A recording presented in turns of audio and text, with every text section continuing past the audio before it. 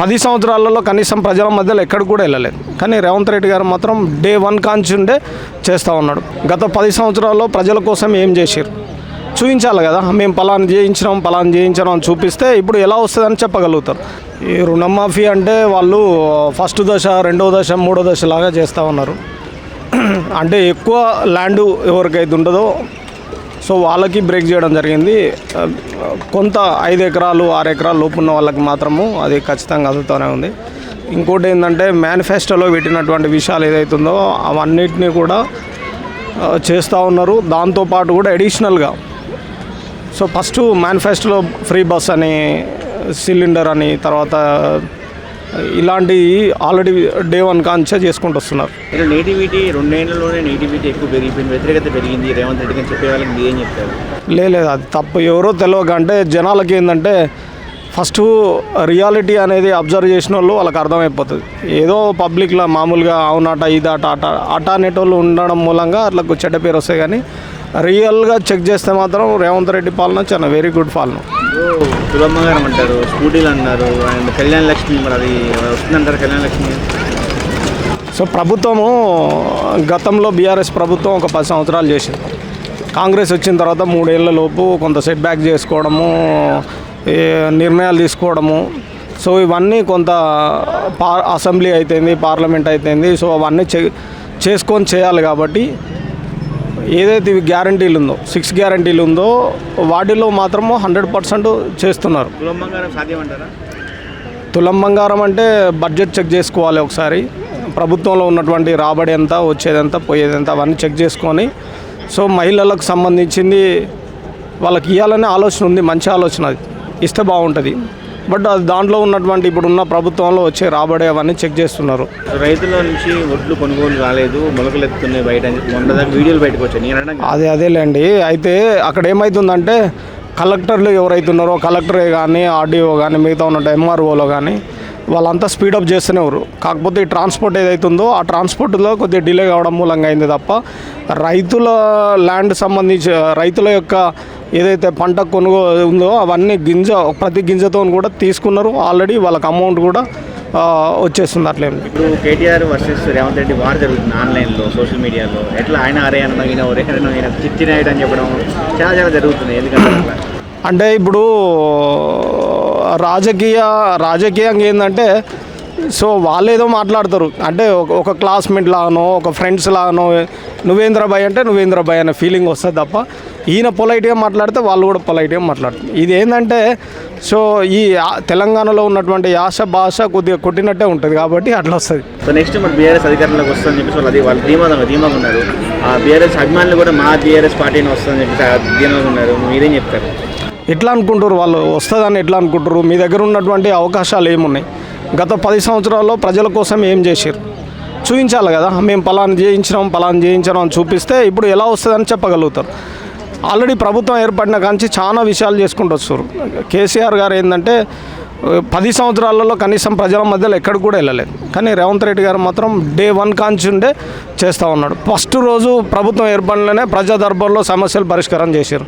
So అట్లనే మిగతా విషయాలు కూడా అన్నీ కూడా రెగ్యులర్గా చేసుకుంటూనే వస్తున్నారు. నెగిటివిటీ ఉంది. హైడ్రా తెచ్చి కూల్ చేశారు, మరి రుణమాఫీ అందరికి కాలేదు, రైతు బంధు లేట్ అవుతుంది అని కొంచెం రిమార్క్స్ ఉన్నాయి. వాటి గురించి ఏం చెప్తారు?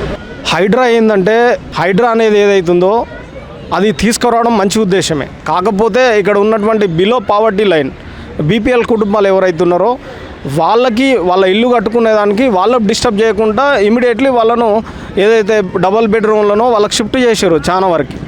ఇంకా కొంతమంది ఉంటే మేము ఇక్కడనే ఉంటామంటే అది ఆల్రెడీ మూసీ పరివాహక ప్రాంతం, అంటే ఆ వాటర్ పోయే దగ్గర ఉండేది ఎందుకు, ఈ అనేకమైనటువంటి అనారోగ్యాలు తెచ్చుకోవడం ఎందుకు, మీకు వెళితే మీకు ఆల్రెడీ డబల్ బెడ్రూమ్లో స్థానం ఇస్తామని చెప్పి చాలా మందిని షిఫ్ట్ చేశారు. కొంతమంది ఓనంటారు. అయితే మూసీ ప్రక్షాళన చేస్తే మాత్రం చాలా అద్భుతంగా ఉంటుంది. ఎందుకంటే ఈ మూసీ పక్కన ఉన్నటువంటి ఆ వాటర్ ఏదైతుందో అది నల్గొండ వరకు, అంటే దాదాపు చౌటుప్పల్ నల్గొండ అక్కడి వరకు వెళ్తుంది. ఆ ఉన్నటువంటి వాటర్ ద్వారా ఏదైతే పంటలు పండుతాయో వాళ్ళు తిన్న ఆహారం ఏదైతే వరి అయితేంది, ఇది అయితేంది, అనేక మందికి బీపీలు, షుగర్లు, అనేకమైనటువంటి డిఫరెంట్ రోగాలు వస్తున్నాయి. మూసి ప్రక్షాళన చేయగలిగితే సో ఆ వాటర్ ద్వారా చాలా అద్భుతంగా హెల్త్ అనేది చాలా బాగుంటుంది. ఇప్పుడు చూస్తే అంటే నిరుద్యోగులు చాలామంది రోజుకు ఒక ధర్నా చేస్తున్నారు. ఎందుకు చేస్తున్నారు అంటారు? పోలీస్ కానిస్టేబుల్ 5,000 ఉద్యోగాలు ఇచ్చారు, 20,000 కావాలంటున్నారు వాళ్ళు. ఎందుకు నిరుద్యోగులు ఇప్పుడు కాంగ్రెస్ ప్రభుత్వం ఉన్నప్పుడు ఎందుకు ఇట్లా చేస్తూ ఉంటారు? సో అంటే పాపులేషన్ అనేది చాలా ఎక్కువగా ఉంది, నిరుద్యోగం అనేది కూడా చాలా ఎక్కువనే ఉంది. అయితే నిరుద్యోగత అనేది ప్రభుత్వంలో వాళ్ళు చాలామంది ఉంటారు కదా, గతంలో చేసినటువంటి అడ్మినిస్ట్రేషన్లో పనిచేసినటువంటి ఎవరైతే ఉన్నారో వాళ్ళు రిటైర్డ్ అయినా కావాలి, లేదనుకుంటే కొత్త ఉద్యోగాలన్నా సృష్టించాలి. ఉన్న వాటిలో నింపుకుంటూ వచ్చే క్రమంలో ఇంకా కావాలనేది అవుతుందో అది వాస్తవమే కావాలంటారు. కాకపోతే దాని ప్రత్యామ్నాయంగా అవుట్సోర్సింగే కానీ ప్రతి ఉద్యోగం అంటే చదువుకున్న ప్రతి విద్యార్థికి మాత్రం ఏదో ఒక ఉద్యోగం చూపించగలిగితే కొంత వ్యతిరేకత అనేది తగ్గగలుగుతుంది. వ్యతిరేకత అనేది ఎప్పుడైనా ఉంటుంది కొంత విద్యార్థులు, ఎందుకంటే వాళ్ళు చదువుకున్నటువంటి చదువు ఏదైతుందో సరైనటువంటి ఉద్యోగం కావాలనేది అవకాశం. నేనేమంటున్నానంటే తెలంగాణ ఏర్పడ్డ తర్వాత నీళ్లు నిధులు నియామకాలు ఏదైతే కావాలని కొట్లాడారో వాస్తవంగా ఉద్యోగాలు కావడంలో కొట్లాడడం తప్పులేదు. కాకపోతే ఇప్పుడు ఉన్నటువంటి మల్టీనేషనల్ కంపెనీలే కానీ మిగతా కంపెనీలే కానీ ఇవన్నిటిలో కాదు ఏదో దాంట్లో స్థానికంగా ఉన్న వాళ్ళకి మాత్రం అవకాశాలు కల్పించాలి. అంటే సంవత్సరానికి 1,00,000 ఉద్యోగాలు ఇస్తారని హామీ ఇచ్చారు, ఇచ్చారంటే ఇప్పుడు 1,00,000 ఉద్యోగాలు ఆల్రెడీ నోటిఫికేషన్లో వేశారు. గతంలో రీసెంట్గా కూడా నర్సులు అయితేంది, గతంలో ఉన్నటువంటి పోలీస్ రిక్రూట్మెంట్ అయితేంది, తర్వాత టీచర్లు అయితేంది, చాలా మందికి అధికారికంగా ఎల్బీ స్టేడియంలో ఉంచి అందరికి ఇచ్చేసారు నియామక పత్రాలు. సో గ్రూప్ 1, గ్రూప్ 2, గ్రూప్ 4తో సంబంధించింది ఏదైతే ఉన్నాయో అవి ఖాళీలు ఏర్పడ్డ తర్వాత ఇవన్నీ చేస్తా అని చెప్పి హామీలు ఇస్తున్నారు, జరుగుతుంది. నేనేమంటున్నంటే హైదరాబాద్లో దాదాపు ఒక 5-6 లక్షల మంది సాఫ్ట్వేర్ ఎంప్లాయీస్ ఉన్నారు.